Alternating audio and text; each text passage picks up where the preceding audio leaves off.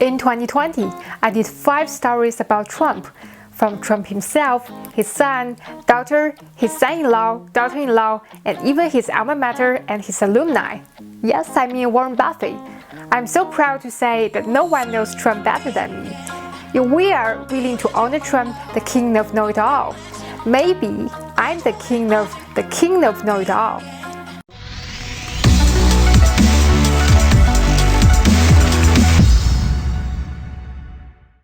As we know, King Trump, a good friend of mankind and a good son and daughter of the Chinese people, built a beautiful scenery into the heart of the US imperialism, with the mentality, I won't go to the hell, but I don't care whoever loves it.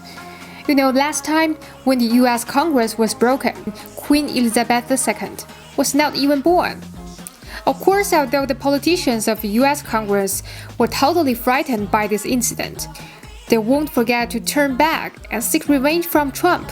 For example, put Trump directly into the boiler and refine him into ash, and use it as fertilizer.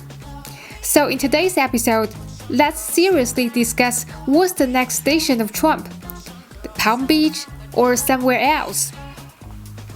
First, Trump's favorite place of self-expression, Twitter, has been closed. 88 million followers disappeared overnight. For Trump, perhaps the greatest sorrow in the world is he's still alive but without an account. This is more painful for him than the death of 350,000 people. Of course, it won't hurt Trump too much just by closing his social media accounts. Maybe only magic can really hurt him. On January 13, the U.S. House of Representatives voted to pass the draft of impeachment against Trump, while Trump became the first president to be impeached twice in the history of the United States.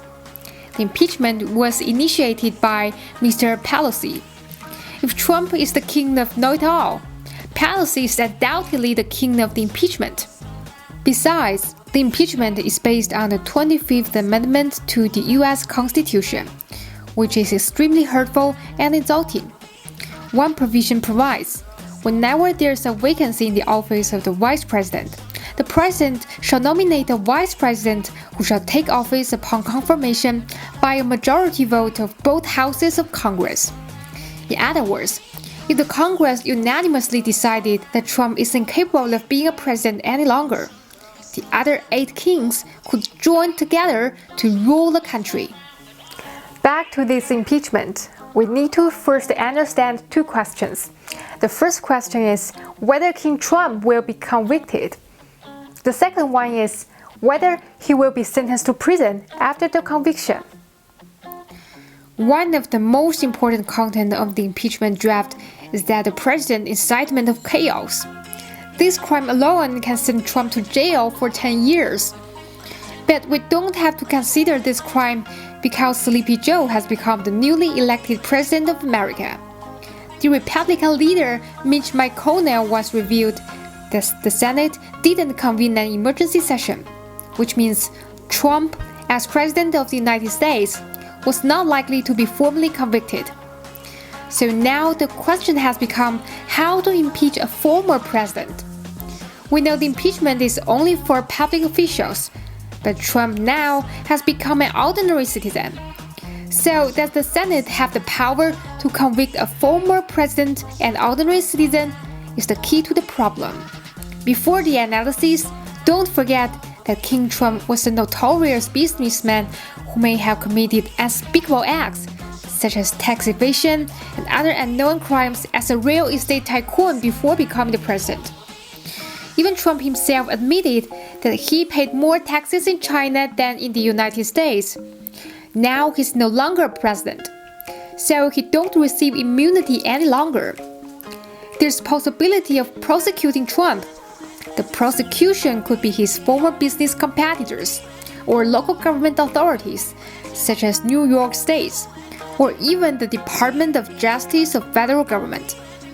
Given that so many people hate Trump, it's 100% to be prosecuted and then go through the judicial process. Just think about Bannon, who was prosecuted by the Procuratorate of Southern District of New York. we can expect similar things happen again. Here, I want to stress that all prosecutions, whether from private sectors or government agencies, will only target at his wrongdoings before his term in office, rather than anything he did as a president. Will Trump be put into the jail? The answer is probably no, because it needs a long time from accusing Trump to convicting him. Even if he's finally confirmed guilty, he can be exonerated for a ransom. He's no longer a young man. If he's seriously ill before being sent to jail, he may be released on bail in a hospital. If he died before being taken into custody, he'll still be able to avoid being put into a cell. So even if he's sentenced to prison, he still has a chance of escaping it. Some people may say that even if Trump was really convicted after leaving office and thrown into prison to pick up salt, Sleepy Joe will pardon all his crimes. Because according to the political tradition of the United States, the current government usually don't liquidate the previous government. If they put Trump into the prison, it's undignified. But the so-called decency is given to each other. For people like Trump who don't even pretend to be decent, if you give him decency, it's the same as Dragon Mother gave the dragon to Snow, the Iron Man returned the gloves to Thanos. You pass the knife to the murderer. Bannon's arrest has already broken the convention. From the beginning, the Sleepy Joe has no intention of giving decency to King Trump. He may probably further get things into an impasse. To what extent? From the current trend, Trump's 5 children, except for Barron who's still a teenager and Tiffany who's ready to further pursue study, may all be put into prison. The first one who bear the brand is Trump's eldest son, Trump Jr. He made a mean by the so-called Project Airbridge. If Trump is an ambitious muggle, his children are ambitious experts of black magic. In 2018, when Trump and Hillary had a television debate, someone asked them to find a personal advantage of each other. Miss Hillary thought for a while and said she respected and liked Trump's children. You know, if your enemies say your children are good, your children are really good. After all, this is the daughter of Clintons, and this is the daughter of King Trump. So the key issue is not whether Trump's children will avenge their father. If you are Pelosi, you will probably want to uproot Trump's family. Last but not the least, as things have developed to today, there's one thing for sure, that an undignified king has already uncovered the dark side of the US politics. After Trump left the office, the political struggle in the United States is bound to be more explicit, more dark, and cold-blooded. Although the US president will not be always in a dangerous position as the president of South Korea, there will certainly be more politicians who become Caesar on the corpse of republicanism. I'm Kathy Chen, that's all for today's video. Thanks for watching. If you like it, just subscribe and leave your comment. Bye!